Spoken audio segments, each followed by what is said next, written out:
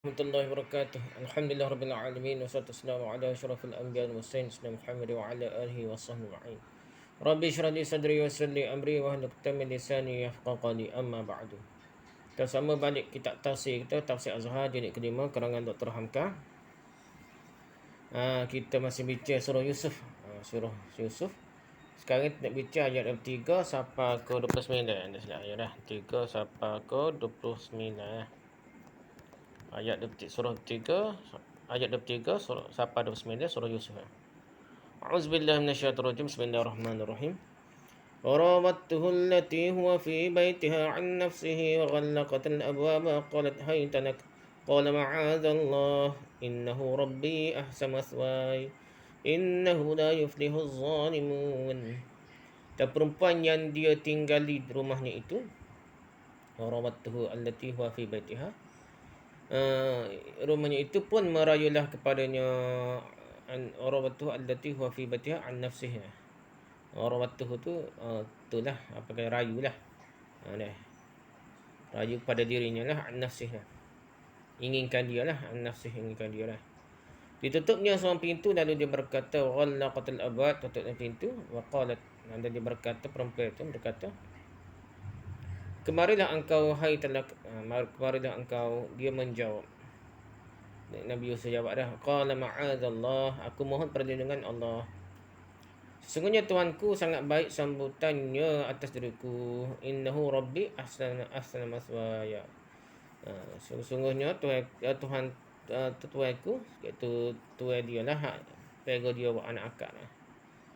Sangat baik ke dia lah. Ahsana maswaya, sambutannya lah atas diriku. Maswaya, sambutan atas diriku dah. Sesungguhnya tidaklah akan berbahagia orang yang zalim. Innahu la yuflihuz zalimun. Ayat 24.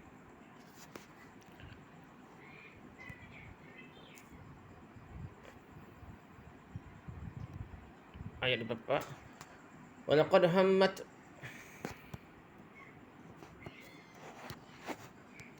Walaqad hammat bih wa hamma biha laula ar-ra'a burhana rabbih kadzalika linasrifa 'anhu as-su'a wal fahsya innahu min 'ibadina al-mukhlasin.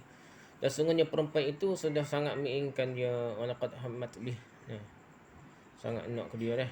Dan dia pun sudah sangat menginginkan perempuan itu. Wa hamma biha, kalau kiranya tidaklah dia menampak pertandaan Tuhannya, laula ar-ra'a burhana rabbih, kalau kiranya tidaklah dia nampak pertandaan Tuhannya, tanda-tanda daripada Tuhannya lah.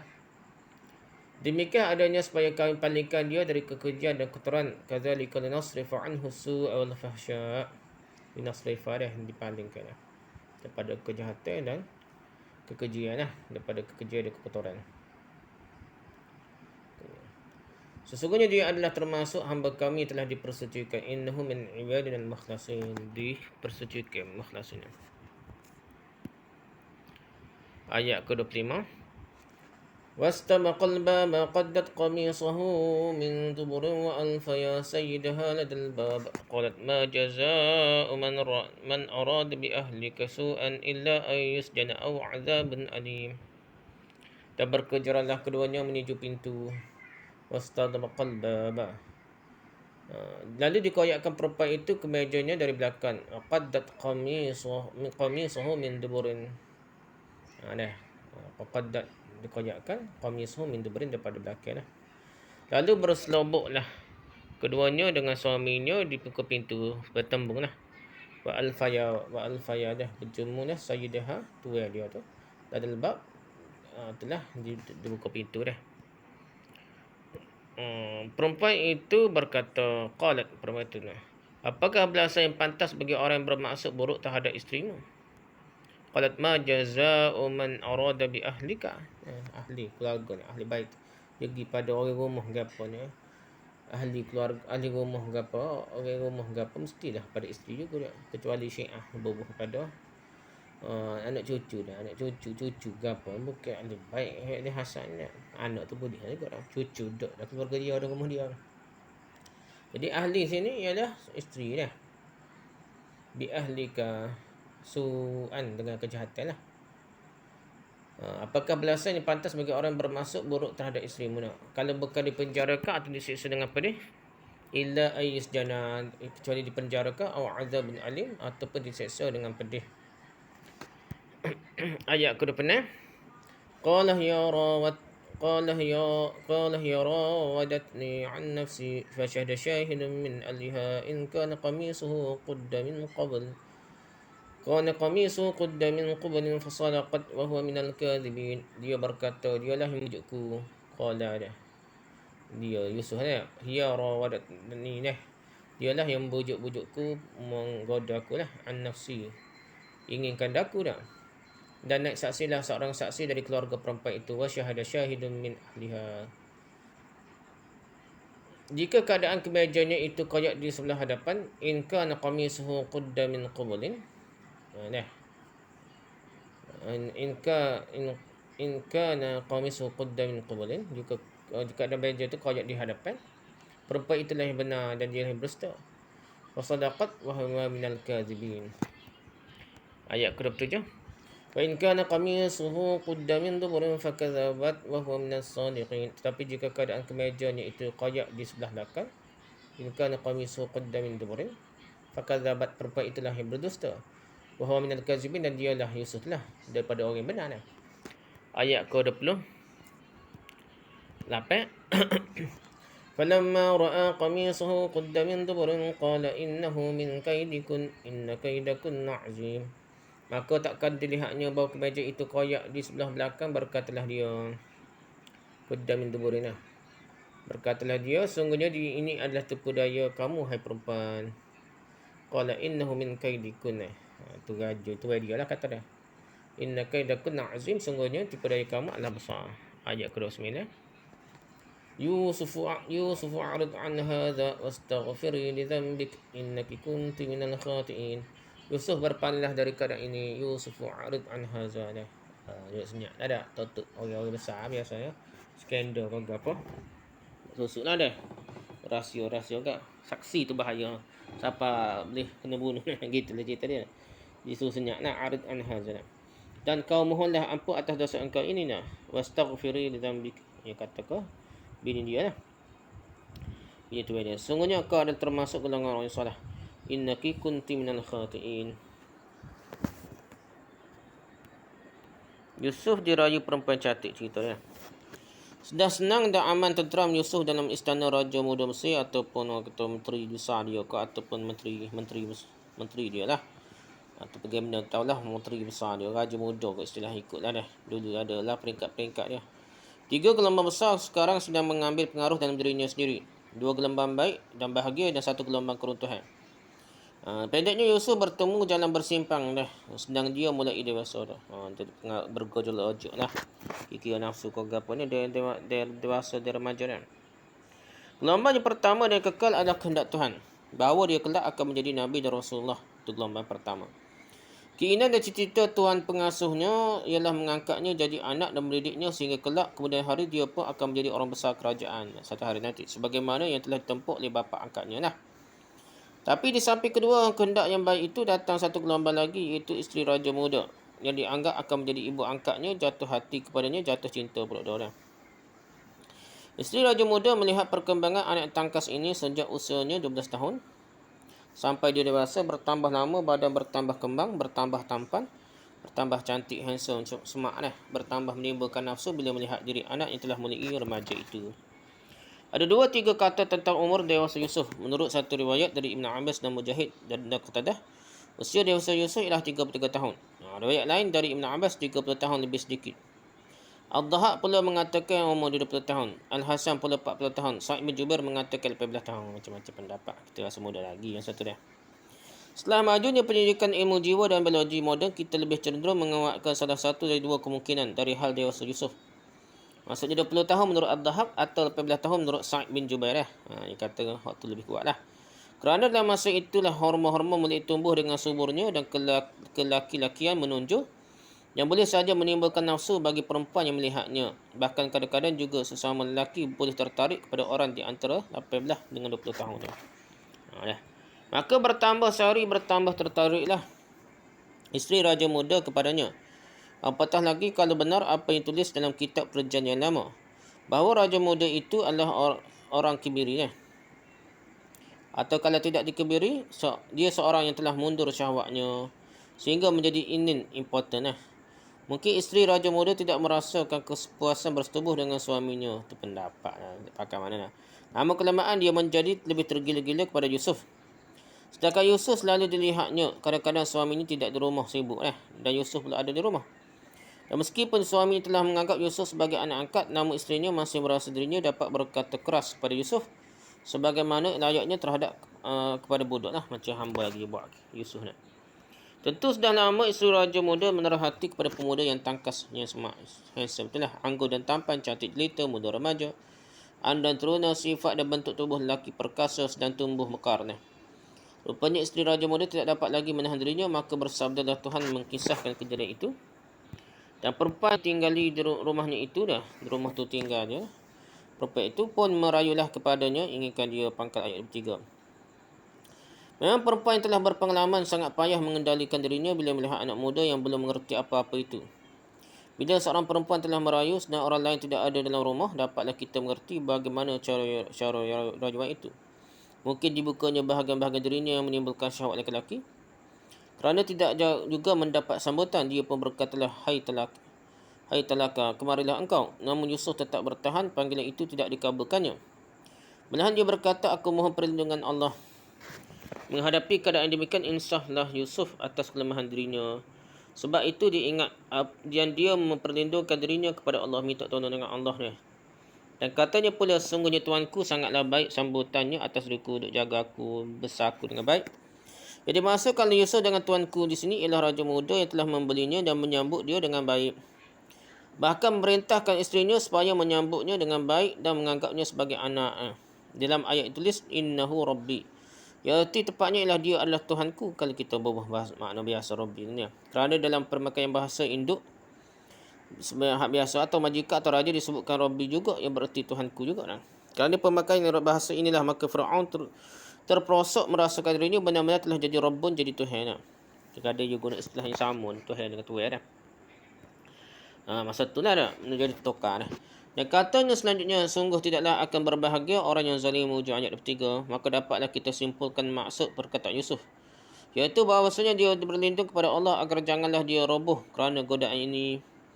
Tidaklah layak dia yang disambut dan dimuliakan sebagai anak kandung, macam anak kandung buat anak akak, bukanlah sebagai budak oleh tuan yang membelinya, bukan sebagai hamba, akan berlaku khianat kepada isterinya, pada isteri tua dia yang selama ini dia tinggal di dalam istana itu, sudah dianggapnya sebagai ibu angkatnya pula.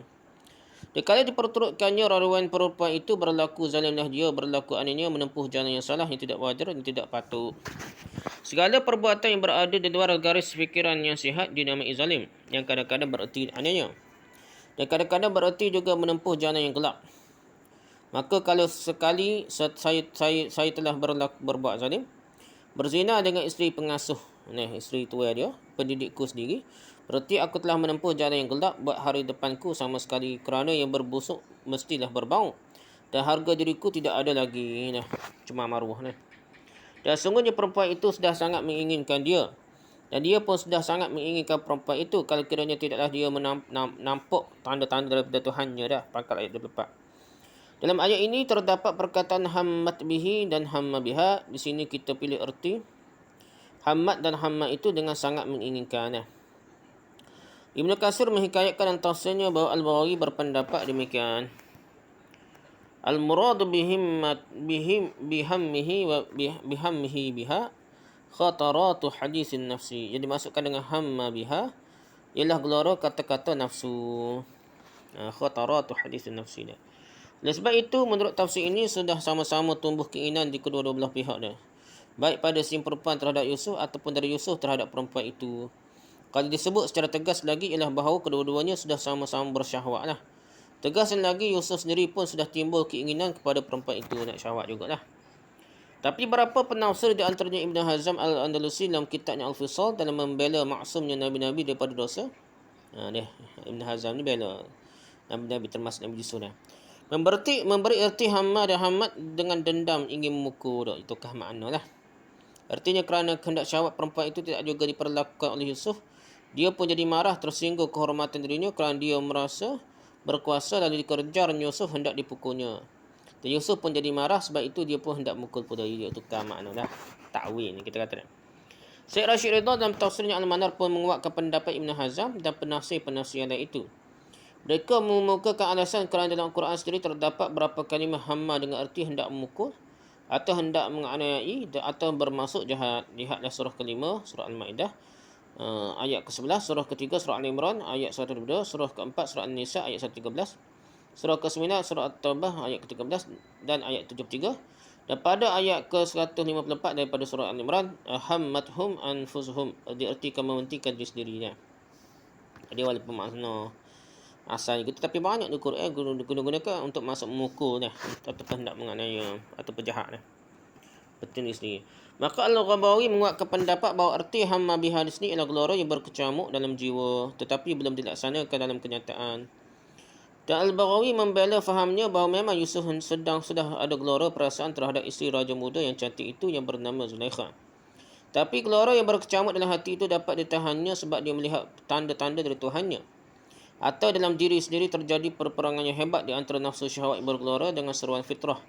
Seruan jiwa yang bersih kerana didikan yang telah diterima dari kecil, tegasnya lagi kerana dipelihara oleh Tuhan lah hingga Yusuf selamat. Banyak juga ahli tafsir mengatakan bahawa sebagai seorang Nabi, Yusuf maksum. Untuk itu ayat ini juga mereka artikan dengan tegas, iaitu bahawa Zulaikha telah menggelora hatinya melihat Yusuf. Dan Yusuf tentu telah menggelora juga hatinya melihat Zulaikha kalau bukanlah dia nampak tanda-tanda Tuhannya. Sebab itu mereka artikan tidak timbul gelora nafsu syahwat Yusuf melihat Zulaikha sebab dia lebih dahulu telah nampak tanda-tanda daripada Tuhannya dah. Di pendapat lain lah.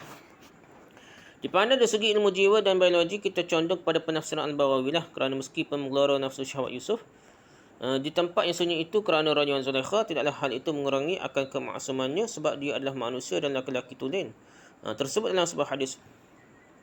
Qala Rasulullah sallallahu alaihi wasallam, yaqulu Allah Ta'ala idza hamma 'abdi bihasanatin faktubuha lahu hasanatan fa in 'amilha faktubuha lahu bi'ashri amsalha wa in hammas bisayyi'atin falam ya'malha faktubuha hasanatan fa innama tarakha min jarrani fa in 'amilaha faktubuha bimisliha. Berkata Rasulullah sallallahu alaihi wasallam, Tuhan Allah telah mengatakan, apabila bermaksud seorang hamba-Ku akan membuat satu kebaikan, maksudnya itu akan tuliskanlah satu pahala kebaikan. Dan kalau sudah sampai dilaksanakannya maksudnya itu, maka tuliskanlah untuknya 10 pahala yang seimbang dengan itu. Tapi jika dia bermaksud hendak mengerjakan satu perbuatan yang salah tetapi dia tidak sampai dikerjakannya, tuliskanlah jualah untuknya satu pahala dah. Kerana dia meninggalkan itu adalah kerana takut padaku jua.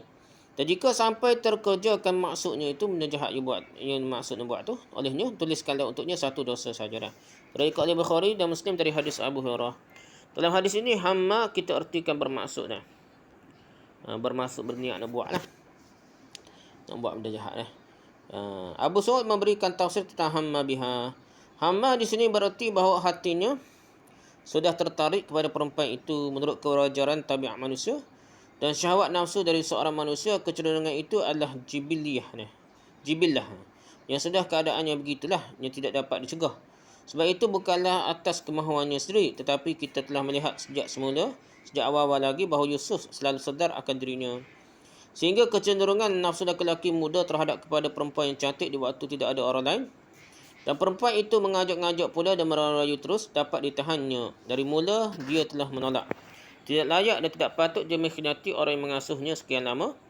Dan dengan tegas dia mengatakan bahawa orang yang zalim tidaklah akan berbahagia dan berjaya dan tidak akan selamat sampai ke akhir. Mengkhianati induk, ketua, ketubuh, tuk nenek orang jaga kita dah, semang dah, atau penghulu yang menganggapnya jadi anak dan mendidiknya adalah satu kezaliman yang luar biasa dah. Ini saja sudah dapat membuktikan bahawa dia dapat mengendalikan diri. Sekian kita salin secara bebas daripada tafsiran dari Abu Sa'ud. Kalau kita ketahui ilmu jiwa moden dan biologi, kita ketahui pula keadaan kesihatan fizik dan mental dari seorang lelaki, tidaklah akan dapat kita menafsirkan bahawa hamma biha dari Yusuf terhadap Zulaikha itu ialah hendak membunuh Zulaikha dan nak pukul, nak katak dia. Dan tidak pula lah kita akan kena tafsirannya kalau kita katakan bahawa tidak menggelora syahwat Yusuf melihat. Misalnya paha Zulaikha terbuka sebab dia lelaki tulen, anak muda baru tumbuh. Dia bukanlah inin, bukan important, maksudnya bukan nak mati pucuk ke apa dah. Dan bukan pula seorang bodoh yang tidak mengerti perempuan. Yang perlu kita perhatikan sini ialah kehebatannya kerana dia dapat menahan nafsu syahwatnya. Waktu hebatnya, bukan tak ada nafsu sasu ni. Sebab dia nampak tanda-tanda daripada Tuhannya. Tentang nampaknya tanda-tanda daripada Tuhan ini berbagai-bagai pula tafsir yang berasal dari dongeng yang membuat bosan orang yang berperasaan haluh. Ada tafsir yang mengatakan bahawa Yusuf telah duduk di antara dua pohon perempuan itu sampai tahap tu cerita tak mengarut ada. Tapi kemudian nampak olehnya atau terbangnya rupa ayahnya Nabi Yakub di dinding rumah. Terpancarlah maninya ke ujung empu tangannya lalu dia lekas berdiri. Cerita karut dah. Tak sampai tahap tu nak mengarut dah. Dongeng Israeliat gapo cerita dulu Yahudi gapo yang nak menguduh nabi-nabi, suruh nampak jahat nabi-nabi dah. Ini adalah dongeng untuk mengetahui tafsir Quran saja sebab tidak ada sumbernya yang dapat dipertanggungjawabkan sama sekali. Apakah tanda-tanda Tuhan Allah dilihatnya itu? Biasa saja, bukankah dia seorang nabi? Bukankah dari kecil ayahnya Nabi Yakub, anak dari Nabi Ishak dan anak dari Nabi Ibrahim telah menanamkan dalam jiwanya perasaan takut pada Tuhannya? Maka tanda-tanda Tuhan itu adalah tersedia ada dalam jiwanya sejak dia masih kecil, dan kematian ibunya di waktu dia masih kecil meninggalkan pula adiknya yang lebih kecil Bunyamin, ditambah lagi dengan kebencian seluruh saudara-saudaranya, adik-adik tiri dia yang 10 orang kepada dirinya dengan kasih mesra yang begitu mendalam dari ayahnya kepadanya.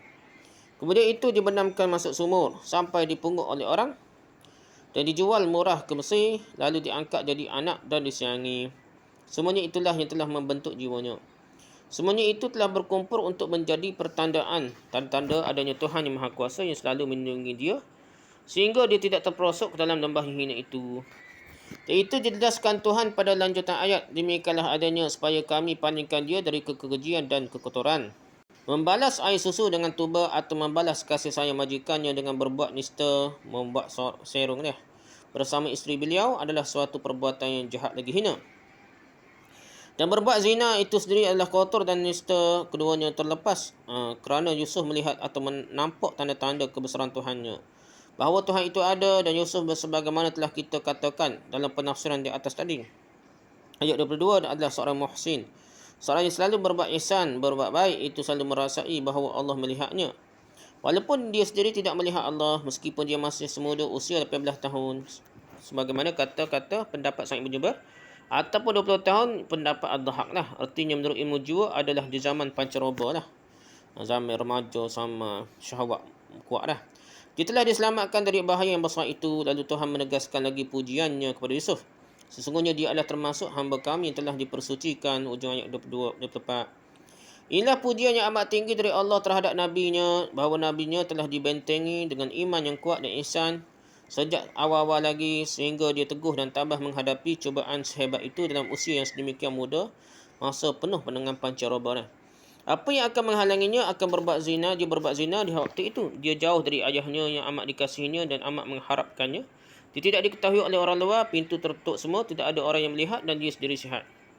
Dia sudah mukhlas, sudah dipersucikan. Artinya ihsannya yang murni sudah dapat mengekang hawa nafsunya. Inilah satu kemenangan yang besar bagi Yusuf.